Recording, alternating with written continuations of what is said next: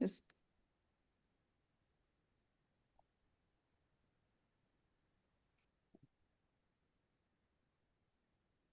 All right, everybody. Thank you so much for joining today. I am your host, Don Baker, Director of Athletics for the Cobb County School District, about 25 miles northwest of Atlanta. Good to see everybody today. I want to thank the NIAAA for this platform. This is a resource that I believe is growing, and we are in the works of having conversations to make it even better. So, looking forward to what next year brings us. School year, by the way.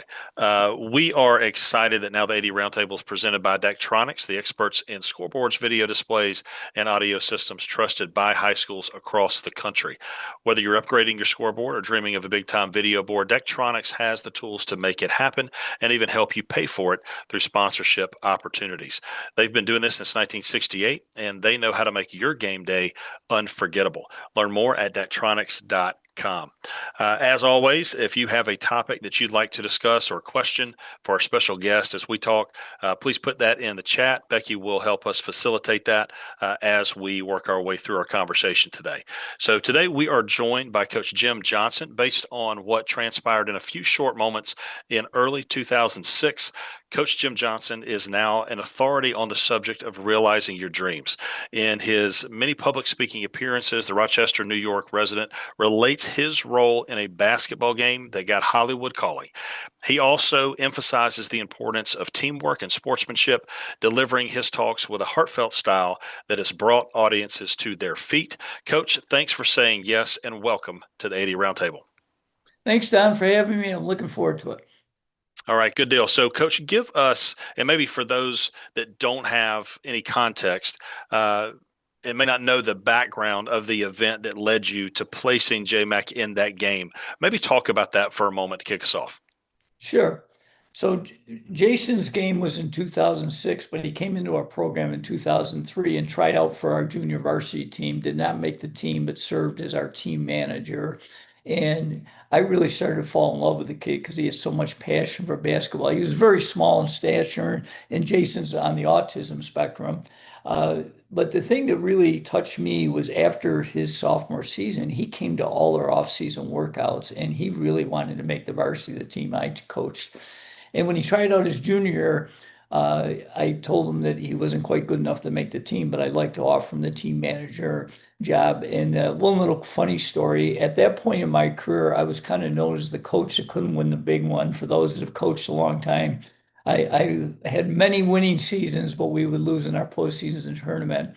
In Jason's senior year, at our first team meeting, when he didn't make the team again, I'm sorry, as a junior, he didn't make the team as a junior. He served as our team manager. In our first team meeting, I walked in, he immediately raised his hand and he said, "Coach, we know you've never won the Section 5 championship." And I said, "Thanks, Jason, for the reminder." Yeah, I said, appreciate it. "But yeah, but this year is going to be different because we love the slogans you give us, and we developed a slogan. We're going to stay focused and help you win your first Section 5 championship." And I said, "Well, thanks, Jason." And we had another good season. We got to the sectional semifinals now for the sixth time in my career. And we lose at the buzzer to our cross-time rival. And I was devastated. I just didn't think maybe I was the right guy. But Jason inspired me because he came out again for his senior year. And I had never had a young man try out 3 years in a row without making the team. But he tried out his senior year. And when I brought him in, I said, "Jason, unfortunately, you're not quite good enough to make the team. But because of your dedication and loyalty, I would like to give you a gift." And he said, "Well, what's that?" He says, "I'm going to give you a uniform and hopefully get you into our final game, senior night, where we honor the seniors before the game." What probably people, unless you read the book, I wrote a book called The Coach in a Miracle, is the first half of that season, we were supposed to have a really good team, but we had basically a parent mutiny, and we had a lot of internal strife. And I actually nearly resigned, and have had men from my staff and my wife that they were always telling me, you talk about when the going gets tough, the tough get going. So I had to step up, but it was a real struggle the first half of the year. And where it really changed is we had a heart-to-heart meeting at a Christmas tournament where we were playing very poorly, and we were playing the championship game, and the team we were playing was really good. And I brought him in for a short practice because it was during Christmas break. And usually we brought basketballs out, we'd go over some plays and do some shooting, but I knew that wasn't going to get the job done. So I didn't bring a basketball out, and I sat him down and I poured my heart and soul and told him, I don't have the answers, but you guys do. And I really listened to my players, and they gave me a lot of good ideas. And we played a great game that night. And even though we didn't win, we lost in overtime and showed what we could do. And we got some real momentum going into the game, which was on February 15th. And I'll never forget on February 13th, I gave Jason his first uniform. It was number 52, it was way too big. He didn't care. In fact, there was a rumor going around school that he slept in it for 2 straight nights. So I'll leave it there. And if we want to go through the game, we can do that. But just Well, kind of tell us about that culminating event that night when he goes in the game. Kind of walk us through that for those that haven't heard it because it's amazing. yeah. So he had such a close bond to him. And so my thoughts going into the game, because we had so much strife, I knew I couldn't put Jason in until I got everybody else in. But at the same time, my dream for him was to get him in with enough time so he could score a basket. I thought if he could score a basket, that's a memory he'll cherish for the rest of his life. So after 3 quarters of the game, we got everybody in but Jason. So I thought with just over 4 minutes to go, the time was right. I pointed to him. He nearly ran on the right on the court. He was so fired up. And then what happened next touched my heart and soul deeply was when he walked on the court for the first time. We had a good student body following. They called themselves the Six Men, and they put out these pictures that Jason and I didn't know of Jason's face that one of our parents had made. They were like placards. And I got so overwhelmed with emotion, I sat down and tears started to flow down my face. He's now in his first game. The first time he touches the ball, he's got a three-pointer for the right corner. He lets it go. And we had about 1,000 people. It was a decent crowd. And you can see everybody stand up, and he misses by like 6 feet. And I kid people that I know you're not supposed to pray in the public schools, but dear God, I was praying. So he next possession, he gets a much shorter shot from about 10 feet away. And this time it hits the backboard, it hits the rim, and it falls off. And the crowd groans. I'm thinking, all right, God's starting to listen. We're getting closer.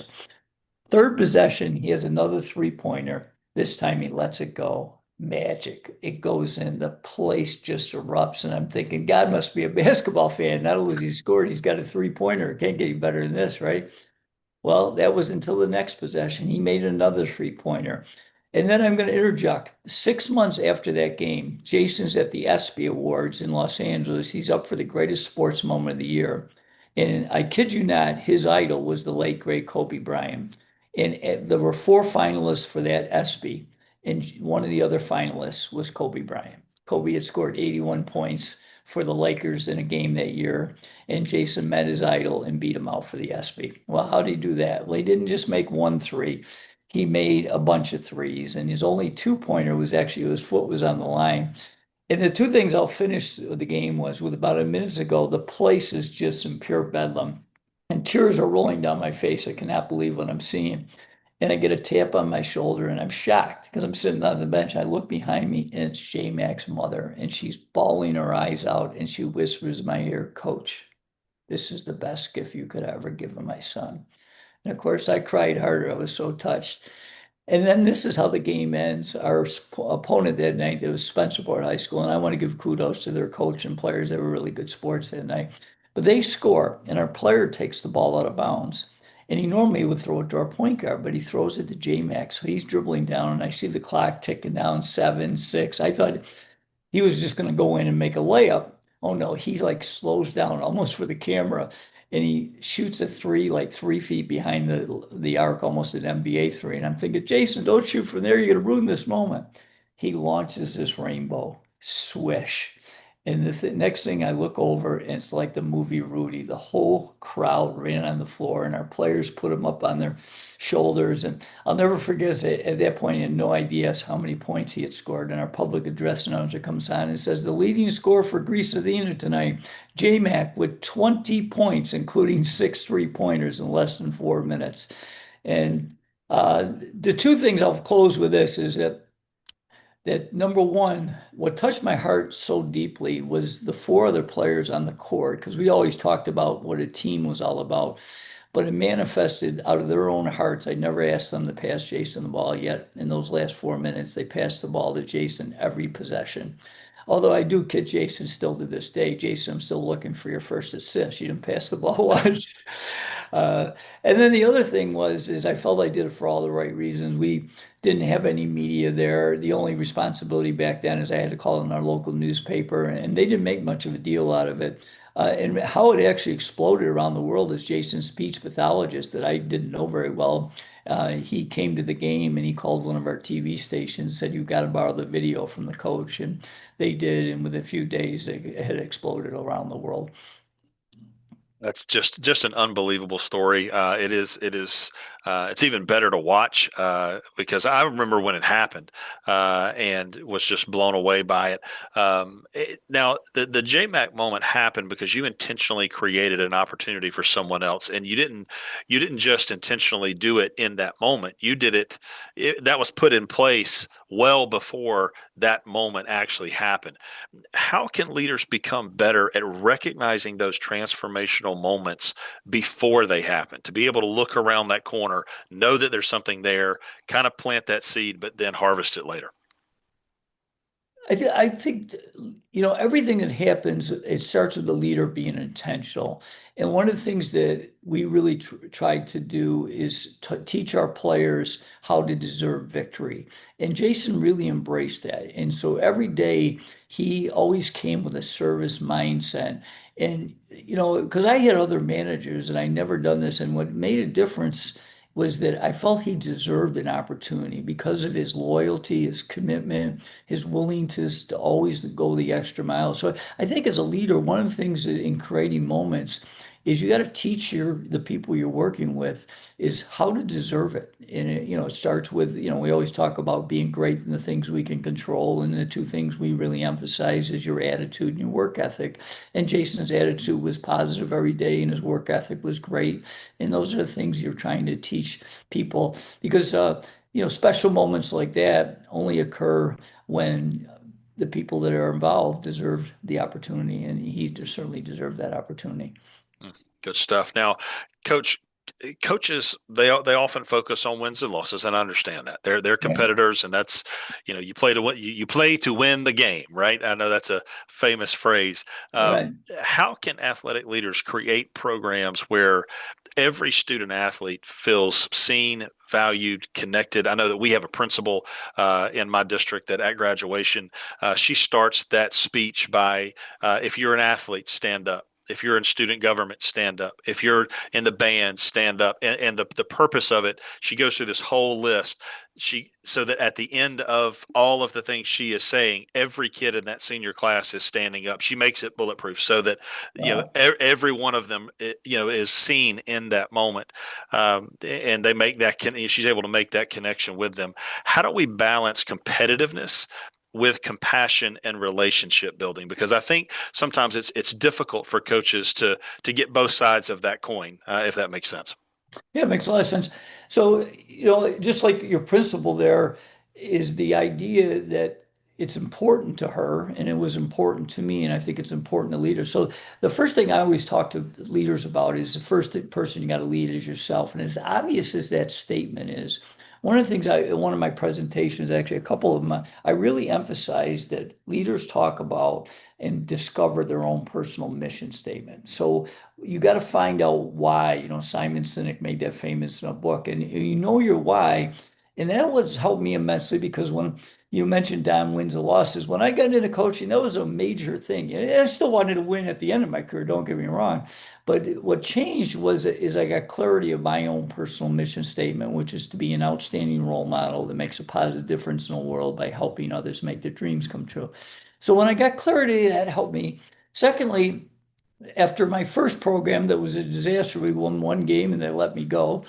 Fortunately, the next three were much better. But in starting to discover my own mission, is I understood that we needed a team mission. And the first program I took over after my disaster, when I talked to the players about what our mission should be about, they immediately said, "We want to win, coach. We won 2 games last year." And I said, "Well, I want to win too, but it's got to be bigger than that." And I talked to a lot of school districts and I talked to a lot of businesses as well. In a business, same thing. If your only goal is to make profit, usually those don't last. And so what we discovered and what we created in our mission was a team mission is that we wanted to create winners on and off the court.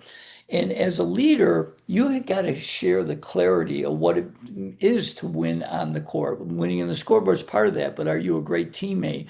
Are you someone that can handle adversity? Off the court, are you the best student you can be? Are you a person that contributes to our society? So that was what I was trying to teach, and that's something I emphasize as leaders. And part of that team mission is what is your clarity of your core values? I really teach people that you should have 3 to 5 core values. And the key to core values is not just putting them up on the wall, but as clarity is, I always tell leaders they got to be the CROs, the chief reminding officers. And so you got to live the behaviors of those values. For example, one of our values is respect all people. So I had to teach them, what does it mean to respect all people? How do we handle that with different people that we're going to run across? And so that was just one of the things so having clarity of the core values and then having clarity of what those behaviors that's when I think you really build something special that people want to be part of because it becomes attractive. Because yes, we were successful from a win-loss standpoint, but the best thing is I felt that people really cared about each other and they wanted to be part of our program. So good. And I don't think it's a coincidence that when you started doing that, you started pouring into them differently, you Yeah, started to see better results on the court, right? right. I mean, Absolutely. that's a big misconception that Yeah. if we've talked about it on here before that coaches the most valuable resource they have is time. They only get Mhm. kids for a very limited amount of time, and they're so locked into X's and O's, and they feel like if they take away from the X's and O's, they pour into character ed, or they pour into team bonding, or they pour into those things that's going to result in them not being as successful because we didn't grind and we didn't put that pressure into the X's and O's and that time into the X's and O's. When in reality, I would argue that pouring into them in a different way does result in that because they get to know each other, they become more connected, and as a result, are more successful. So that's interesting that it worked out that way for you. Yeah. Um, Now, when you speak to teams now, what topic seems to resonate the most with today's student athletes? Because let's be honest, we are dealing with a different animal today Mhm. than we were, not that long ago. I've told people before, I got talked at a lot when I was coming up. I didn't really get talked to, right? I just got talked at, and I said yes, and we just did what we needed to do. So. I think this is a different type of kid today. And so, as you speak to kids and coaches, what really resonates with them today? Well, I have a number of presentations, but one that I started a few years ago that I have talked to teams and business teams is how to build a championship team culture. And one of the things that I talk about in that is that what we forget sometimes is, as a leader, why are you a leader? And to me, the number one is, in fact, I spoke at a big administrative conference last year, and a kid, the educational leaders there, that they remember the 3 R's in education is not arithmetic, writing, and reading. It is relationships, relationships, relationships. So I think that's the big thing is that how do you build relationships? And one of the things that I challenge leaders is I'll ask them often, is trust important in building a great team culture and building relationships? And it's 100%. Every place I talk to, they all believe in trust. But the challenge I say to them is that, well, if it's so important, do you have an intentional trust plan of how you're going to build trust? And one of the things I do is I share our 3 keys when we took over programs is how we were going to build trust. And I could share those, but what I really want to encourage people that are on the call and stimulate their thinking is how are you going to build trust? Because we all know it's so important, but we often don't think about that you have to be intentional to build trust. Mm, so good. I remember when I was coaching, I had a kid that he struggled in the classroom, but he was very, very talented. And I've I've went into a class of his one time, and there was a seat behind him, and I just sat behind him. And he looked at me like I had two heads. He was like, "What are you doing?" And I said, I just wanted to check on you. I know last period you had a test, and I was just wondering how it went." And that the that relationship piece, he was blown away that I even knew that he had a test, right? Yeah. But the fact that I would come down, take time in a different class, sit behind him, ask him how it went before we went out. It's one of the best days of practice he ever had. And he was like, "Coach, that just really meant a lot to me today that you Mhm. decided to do that you even knew that I even had a test." And I'm like, "Yeah, man, like you're like my kid, so I'm going to know what's going on with you." I think that it, there's a big misconception also. I like your thoughts on this, that you can't coach kids hard now, and I disagree. I feel like you can. They just have to know where it's coming from. Right. Correct?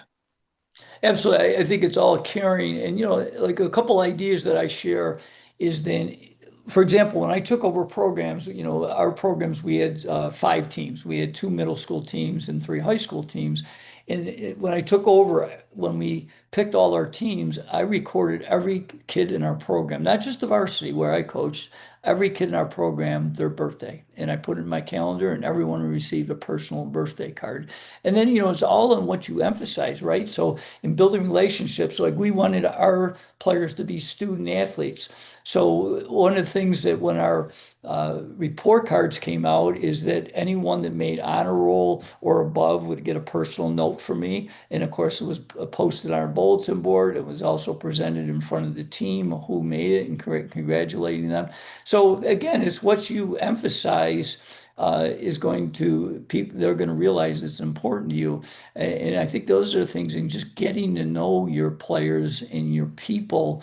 And the more that you can do that and recognize, like you said, it made a lot to meant a lot to your player that he knew that you cared. And the old adage, people don't care how much you know until they know how much they care about you, is so important. And one of the modern things I do a lot now today that I think is a great idea is that send personal videos to people. I got this idea, and then when the person said to me, he said, videos are really big. And I said, yeah. And I said, but then he asked me, how often do you get a personal video from somebody? And I said, wow, not very often.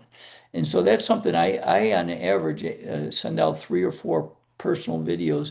It could be a check-in, it could be a happy birthday, it could be, something else, but, congratulations, whatever it happens to be. But I think those are just neat little ways that you can stay in touch with people and continue that relationship. It's so funny that you say that. I've got an 18 and a soon to be 16 year old children, and my daughter who is about to be 16. They rather than I think she does this because it's a lazy move in my opinion, but it builds connection, and she was able to explain it because she's got enough street smart to do so. But they do, instead of actually texting, they'll voice to text or whatever. So Right. a voice memo, so that Yeah. whenever their friend gets it, it's their voice. And I asked her, I was like, "Why do you do that? Like, why not just text them, or why not call them, or why not, I don't know, maybe go see them or whatever?" And she said that it helps them feel more connected when they hear their friend's voice. Mm. Just something similar, like easy to do, but you're being intentional about it. All of the things that you're talking about are doable by everybody. They Right. just have to put in the work. They have to. That it doesn't just happen, right?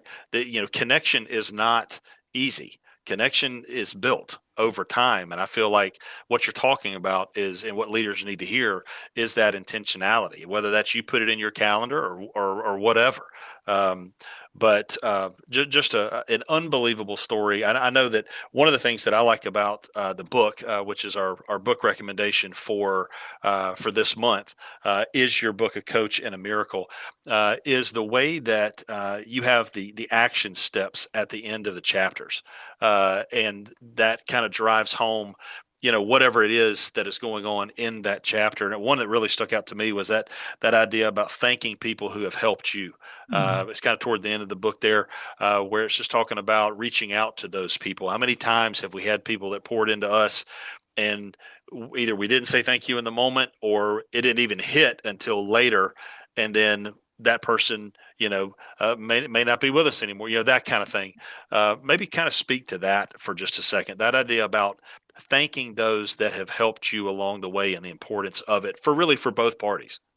Yeah, I think it's really important in that, because people feel they've seen when you share, notes of appreciation or, it's always interesting as I continue to study leadership is how can you a little bit of contra like, when we were growing up, the telephone was something you used a lot.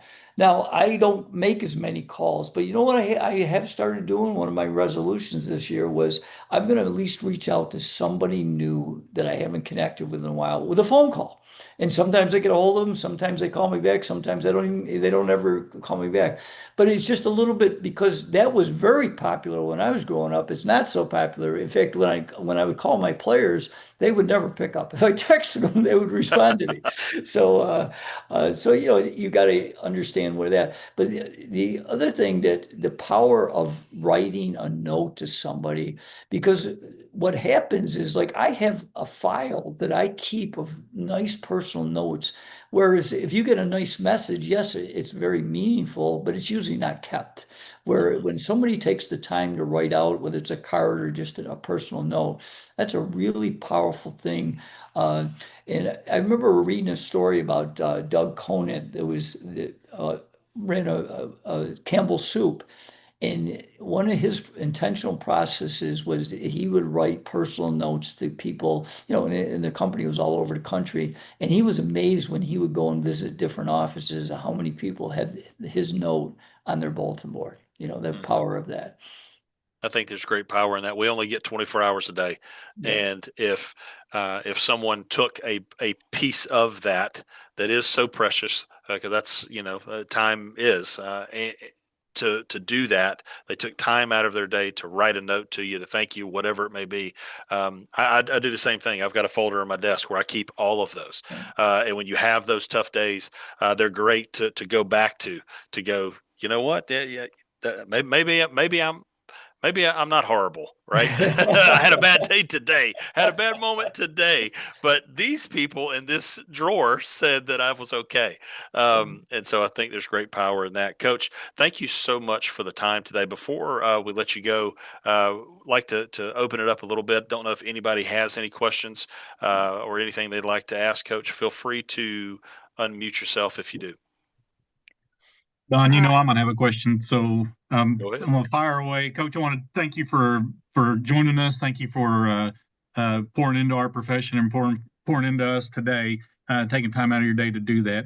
You said something early on that I'm still wrestling with in my mind, and you said deserve the victory or deserve to win. And so can you explain that or that thought process? Because we have a lot of kids that may deserve to win, but they don't do it. So, what is that thought process of deserving the victory or deserving to win?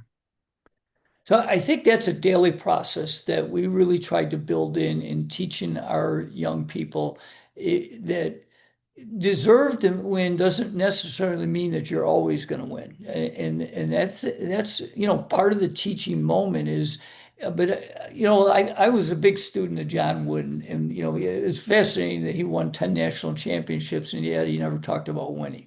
So I think that was really something that I really tried to do as much as we did talk about what it would take to win a game, but we also talked about what it takes to win in life.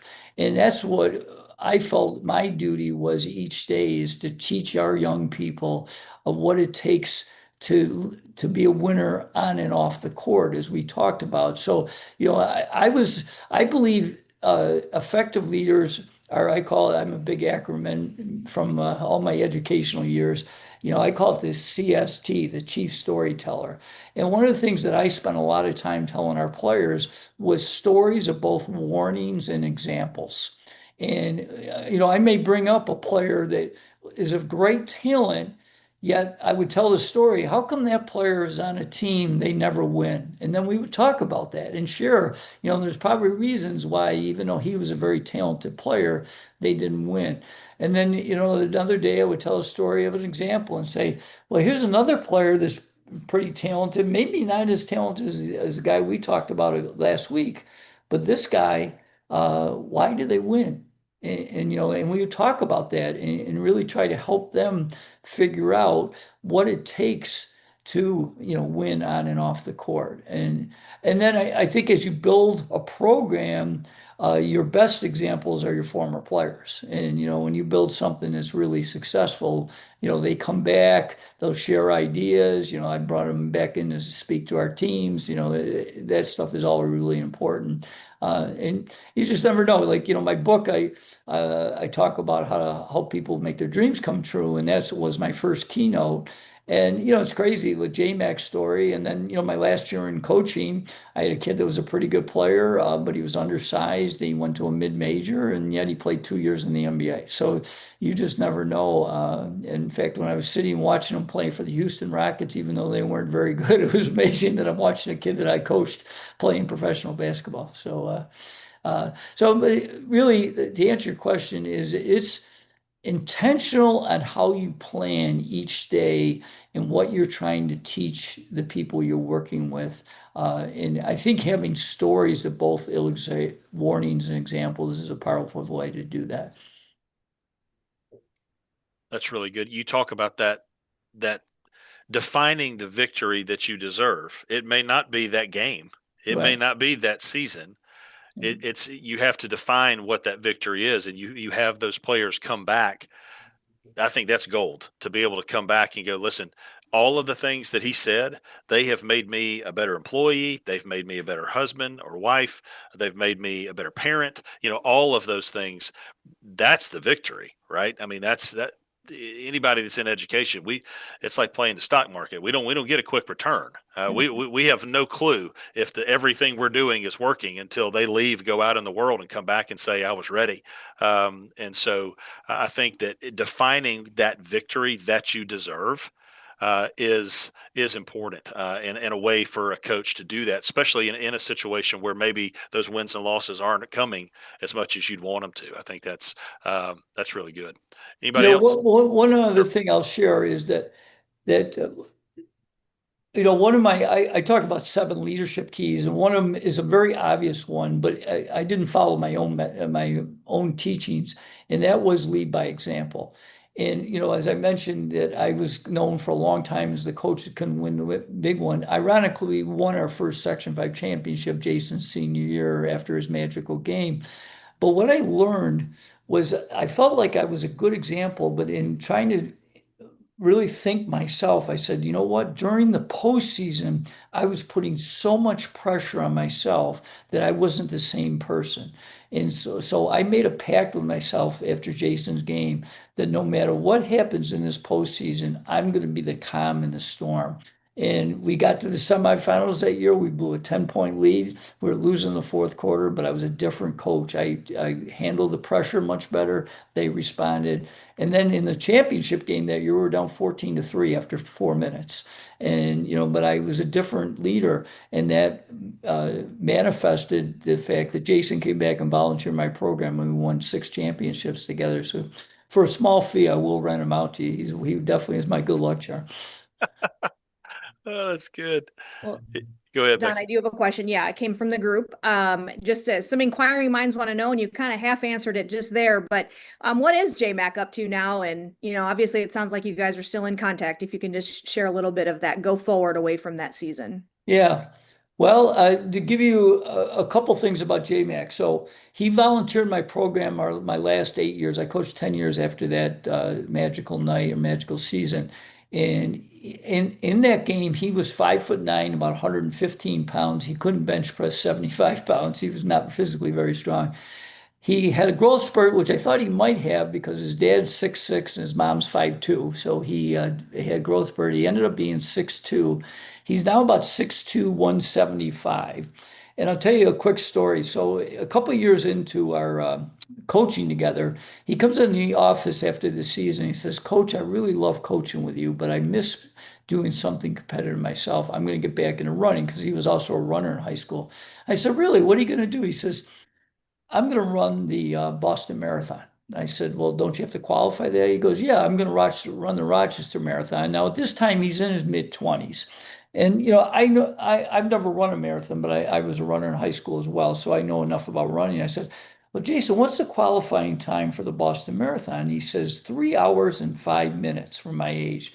And I nearly gagged on my sandwich. He goes, Jason, you know how fast that is? He goes, oh, I'm training with our cross country coach. First Rochester Marathon, he runs 3 hours, 1 minute, and 38 seconds. So he comes in a couple days later and he's all pumped up. And then about 2 weeks later, he says, Coach, I've decided I'm not going to do Boston next year. And I said, why is that? And he said, because I've got to prove I can do it 2 years in a row. The ironic thing is, the first year he qualified, he could have gone to Boston, is when they had the bombing. So that's why I believe in the power of a higher power, in my case, God.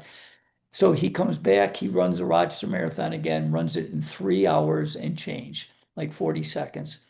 And he's all fired up. And he goes, I'm going to Boston. I said, well, what's your goal for Boston? He says, well, we're going to break 3 hours in the Boston Marathon. I said, well, that's a much harder course than Rochester. It's got Heartbreak Hill. First Boston Marathon, 2 hours, 58 minutes, 46 seconds. So Wow. he's just kept inspiring me for all these years. And we don't see each other. We still live in the same community. I live about 7 minutes from him. We were just at an autism event together. So we still do some things together. But for 10 years, we pretty much saw each other almost every single day. So Good stuff. Anybody else? If I can, I just want to say hi to my friend, Coach Jim. It's tagging Ted. out by everybody. Great to see you. Good to see you. Thanks for spending time with us today. Really appreciate it. My pleasure. All right, Coach, before we let you go, how can people best connect with you? So probably the easiest way is coachjimjohnson.com. On there, we have a free newsletter that we release every month. We do a free weekly blog. I know probably a lot of you are readers. A recent blog was my 21 all-time favorite inspirational leadership books. So you can look there at some of my all-time favorite books. Maybe can stimulate you.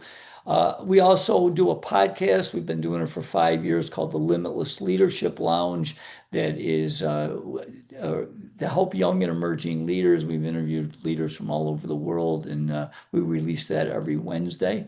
And then for speaking, I do a speech called Dreams Really Do Come True. I do a speech called Leadership Lessons from Half Court. I do a speech called How to Be a More Powerful Presenter, and the other one is How to Build a Championship Team Culture. So those are some of the things that I do, and I do some breakout workshops on leadership and goal setting. Awesome.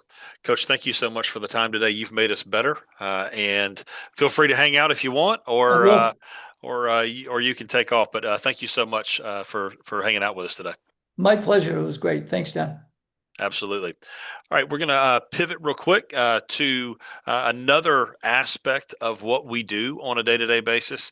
We've got Kyle here from Daktronics, our sponsor. Kyle, welcome to the AD Roundtable. Hey, thanks, Don. Want to kind of go over and give you just a few minutes. First of all, thank you for sponsoring the AD Roundtable. Really, really appreciate that. We all know that Daktronics as a scoreboard and video display company, but what other products or businesses is Daktronics in general? Yeah. Obviously, we grew up in the scoreboard world, which has lately transitioned to a scoreboard video board world. But sound systems is another key component we deliver to high schools across the country. And then marquees, and kind of an emerging business for us that is becoming more and more popular, is digital signage within the school. So bringing LED displays into entryways, lobbies, general areas like cafeterias, stuff like that are major areas to bring students together and either use it as general scheduled signage or turning it into the largest classroom in the school. So those are kind of some newer things that that you might not think of when you think of Daktronics, but you could from here on out, and I promise you'd have positive experience with that. Let me follow that up with maybe, and you kind of touched on some of them, but maybe some trends that you're seeing in how schools are successfully upgrading scoreboards or audio systems Yeah. to their facilities. You mentioned, that scrolling thing. I know we're probably not alone here in Georgia. Legislation banning cell phone use during the school day by our students, and we've jokingly said that those afternoon and morning announcements, all of a sudden, that no one was listening to, now you're going to have to, because you can't you can't communicate. But if you had a scrolling, some type of a scrolling feature in classrooms or in the hallways or whatever, you could communicate things that way. But maybe speak to some of those trends that you're seeing, how people are upgrading their stuff right now. Talking about what you were just talking about, I think there's a kind of a unique one, and I'll try to be quick here when I describe this. But Daktronics has been in the marquee business, the roadway signage, for quite some time, and we've not only with schools but with businesses across the country. We're one of the major suppliers of those displays. The cool part about Daktronics is in the last 5 years, we've really expanded the control that runs those to. This is kind of getting detailed, but those might be kind of big signs, but they're really low resolution when you really get down into the graphics that are on them. Where if you transition to indoor signage, it's very high definition type of signage. So the control system, the historic control system that runs those, has been two different systems. Daktronics now, with it's called VCS, and it runs our scheduled displays, whether they're indoor and outdoor, allows schools to get the exact same messaging across all of their digital display networks, whether it's in the school, out in front of the school, eliminating that multiple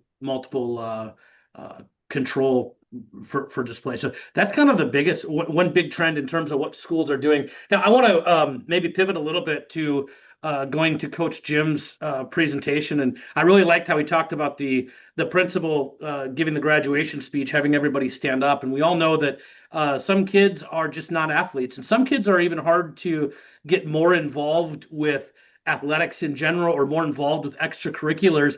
And it's tough for schools to figure out what exactly they want to be a part of.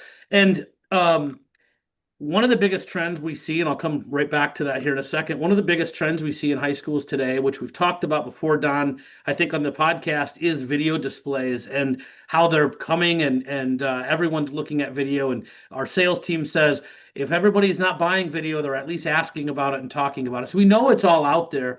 But one of the biggest things for a school to think about when they're trying to acquire something is, why do you really want a video display? Why do you want to go from a fixed digit scoreboard to changing it to be all digital? And there's a number of different reasons, but in 5 years from today, where do you want to be, and what do you want to be doing with that product? And I think those things in your head, you have to get out when you're talking to vendors and understanding what the package looks like that you're doing, because there's so many different options. It might just be, I want to make the fans more excited and bring more people in. It might be, I want to try to use it to generate some revenue, make some money off sponsorships. But one of the coolest things that we've been a part of at Daktronics is and you asked earlier what businesses we're in. We're not only in high school sports. Daktronics is very, very popular in college sports and professional sports with our displays and our control system that run it. It's the exact same display and control system at the college level, pro level, high school level, different levels of capabilities, but it's the same system. And the coolest part about being in all those levels is the opportunity that exists. And there's I'm going to tell this through a story of a college freshman named Lucas Dahlberg today. He's at University of St. Thomas. He's actually on staff for the University of Wild, on staff in their Daktronics control room. Well, he got that job because he's on staff. He's one of the main producers at St. Thomas in Minneapolis or Minnesota. And he got that job because of Elk River High School, where they bought a new Daktronics video board. He dove into the education aspect of it, took the opportunity, built his resume, realized he needed more of a team, recruited 25 other students to help him throughout the season, and created a whole education program built on students that were not athletes, that are now a part of a team, now understanding the same values that our athletes are experiencing on the field. They're experiencing them in the press box and behind the cameras. So understanding what you want to do, why do you really want to display, and what should I do to get to where I want to be in 5 years is extremely important when you're looking at a display. And I'm telling you right now, because of the market and because of the hype around what's going on with schools changing from fixed digit scoreboards to video displays, there are vendors coming out of the woodwork with cheapest prices, biggest displays, brightest signs you can think of. But that doesn't really get you anything more than a cheap, bright display. You really have to think about how you want to use it, what you want it to do for yourself, and how many more kids you can get to stand up at that graduation by asking if they're on the production team of your local high school. So I think I kind of answered a few different questions that you were saying, and I know we're running short on time, so we can wrap it up unless you have more. But I think that, from the message that I heard Coach Jim talk about today, and the value of what you all are doing for students' lives and careers and shaping their future. And I wrote down, I think you said this, Don, but finding a way to include kids to make their dreams come true. Lucas is doing exactly that because of his time at Elk River High School in Minnesota. He's finding his dream of being behind the scenes of production at the highest level. So that's what we hope to bring to the table. That's what we try to bring to the table, and use our reach throughout the industry of sports and bring it to local high schools. So I'm sorry if I went too long. No, you're good. You're good. No, I really appreciate it. I mean, you talk about that activation piece. I think everybody wants a video board, right? Everybody says, if you went around the country and you went around a room and you go, hey, who wants one of these? Every hand would go up. The next question is, who can afford to do this? That's going to bring some of those hands down. And then you guys obviously have activation points that help schools in order to get to that other side so that they can see it when otherwise they may not be able to. I don't know if you want to touch on that briefly. Yeah, you mentioned that when you say that, who wants a video board and who can afford one, and that brings hands down. I grew up in our sports marketing division, and I don't believe that brings hands down. I just talked to one of our sales reps in the Midwest yesterday, and I wrote this number down. He's selling a video display to a school with 306 people in their town because of sponsorships and local businesses supporting your students. It is drastically underestimated the amount of support the community will give if they understand what it's doing. And that's telling the complete story. That doesn't mean hey, we want to buy a video board, will you pay for it? That's not the story. The story is, we want to create a long-standing revenue stream to continue to support our students on and off the field for players and non-players, the people up in the press box. And when you get into that education story and the value that they're bringing, and the business then gets a value out of it by connecting to the community, it's impressive what they're willing to pay. We have a whole staff of team. I think we have 9 people in our sports marketing division that is all that they do, is help bring opportunities for you all to make revenue. And the beauty of it is, because we're a manufacturer, because we build our own product, we aren't charging for that service. We don't take revenue off of that service. Every dollar you raise stays with you in the community as a part of your program. We're not scraping anything off the top of that. So I believe anybody who wants a video board can do it. You just got to dive in and see what it takes. Yeah, I think that puts a period on our whole conversation about being intentional. You've got to lean into and put in the work to do it. Kyle, thank you so much, number one, for what you're doing for schools, and number two, for what you've done for us by sponsoring the AD Roundtable. I greatly appreciate it. Thank you. Thanks for having us. Me. Anytime.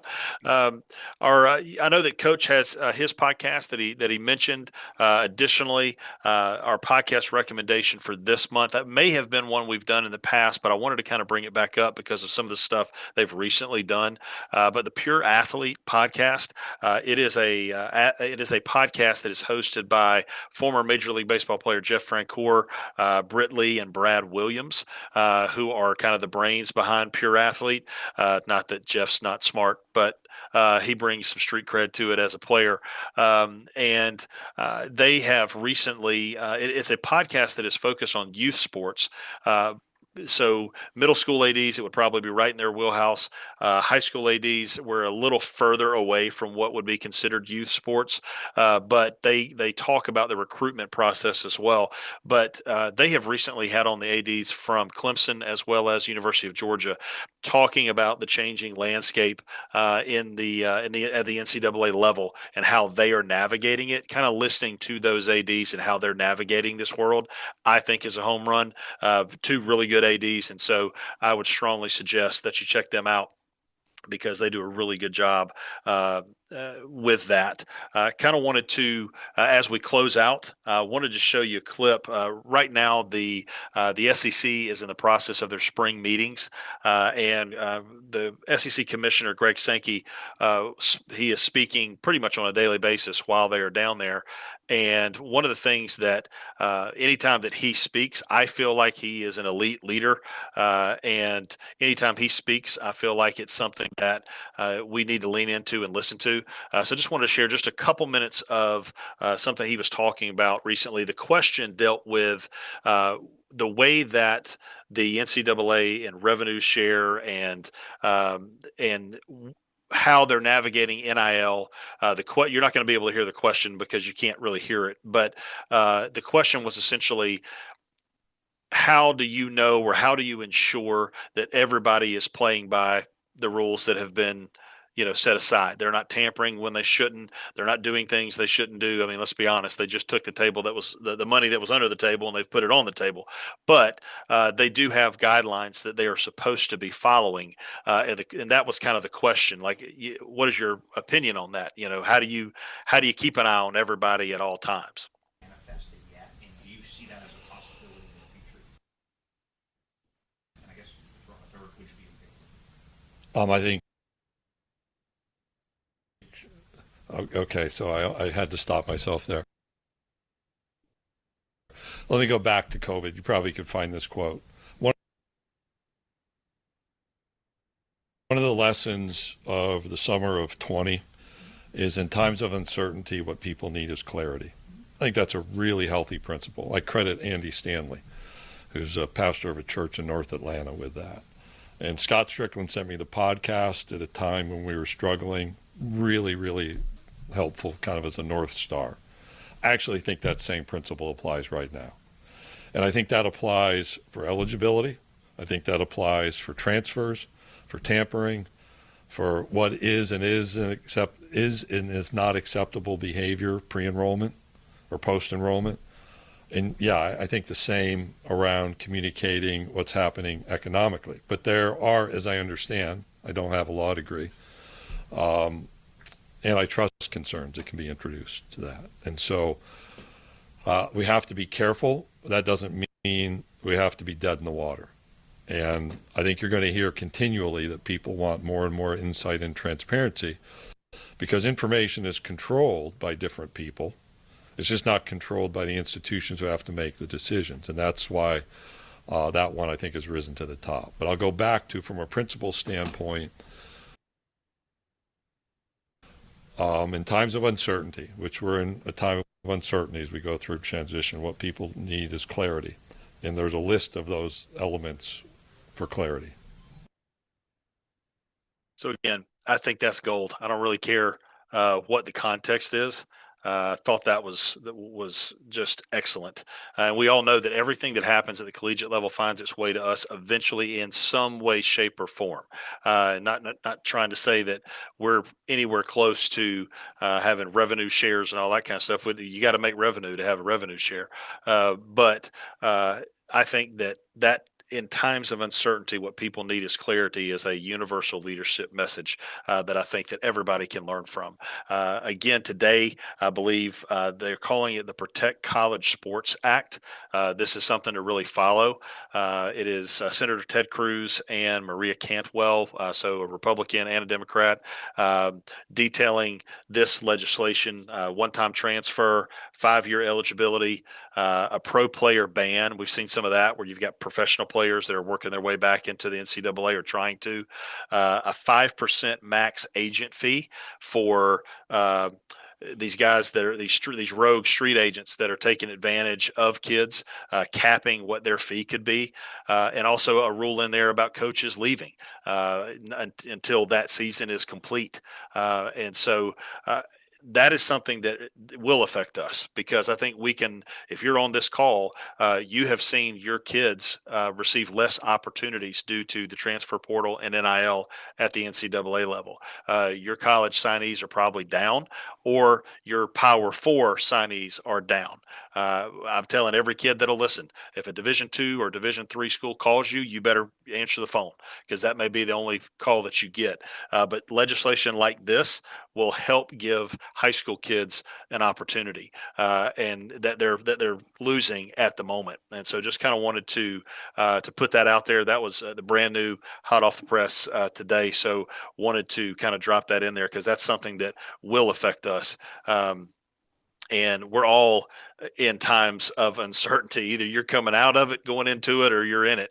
And so focusing on that clarity, focusing on what you do know and what you can say, sometimes is just the best thing to do. So this is our last session for what I would consider the summer. So we will not have a session in June or July.